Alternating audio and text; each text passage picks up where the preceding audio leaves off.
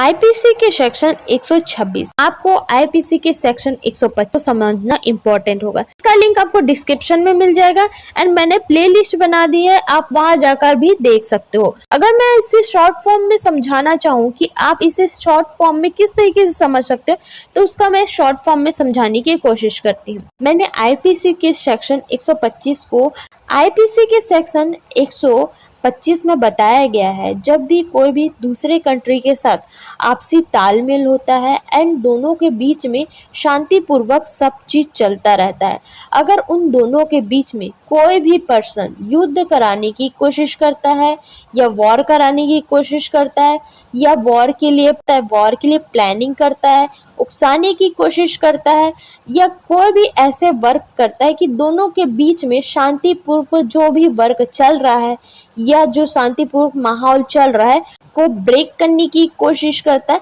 तो वो Indian constitution IPC के सेक्शन 125 के अकॉर्डिंग रूल ब्रेक कर रहा है और उनके ऊपर एक्शन लिया जाएगा। आपको समझ आ गया कि 125 में बोला गया है कि अगर वो कोई भी कंट्री के युद्ध करने के लिए प्रेरित करता है तो वो आईपीसी के सेक्शन 125 में आएगा।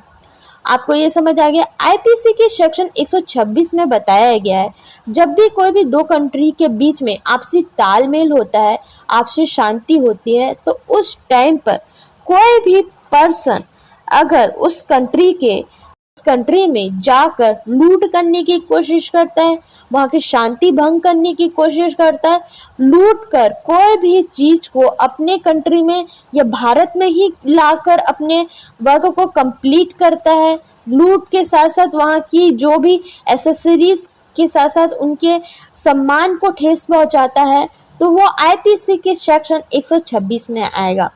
किसी भी कंट्री में जाकर लूट नहीं मचा सकते, ये लूट करते हैं तो वो लूट बहुत ही क्राइम के अकॉर्डिंग माना जाता है।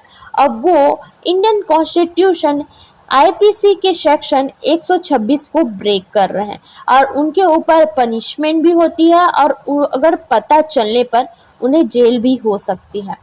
आईपीसी के सेक्शन 125 और 126 में ओनली इतना ही डिफरेंस है। आईपीसी के सेक्शन 125 में अगर आप युद्ध कराने की कोशिश करते हो तो आप आईपीसी के सेक्शन 125 को ब्रेक कर रहे हो। अगर आप लूट करने की कोशिश कर रहे हो तो आईपीसी के सेक्शन 126 को आप रूल को ब्रेक कर रहे हो। दोनों बस ओनली इतना ही डिफरेंस है एंड इतना ही डिफरेंस में उनके ऊपर एक्शन लिया जाएगा। तो इनके पनिशमेंट क्या होगा? उन्हें उम्र कैद की सजा हो सकती है, उन्हें जुर्माना भरना पड़ सकता है एंड उसके साथ साथ 7 साल की सजा उन्हें हो सकती है।